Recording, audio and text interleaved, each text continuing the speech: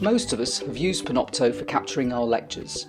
However, here at Birmingham, colleagues are using Panopto in many more varied ways. For example, to record demonstration medical procedures, to live stream content, to provide video feedback, to record student presentations, or to provide bite-sized teaching content wrapped around face-to-face contact or for distance learners. I've been using Panopto to help students who are learning computer programming.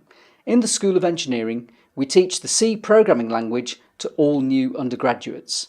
Students work on either practice or assessed exercises each week.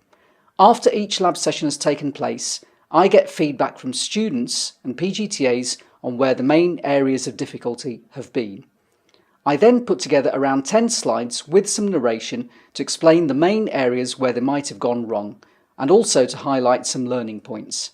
The challenge in teaching programming, as elsewhere, is to give students enough information to be able to tackle the exercises, but without presenting the whole solution in one go.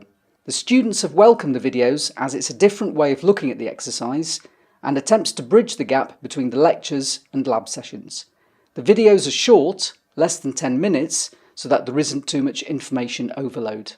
The videos are available through Canvas.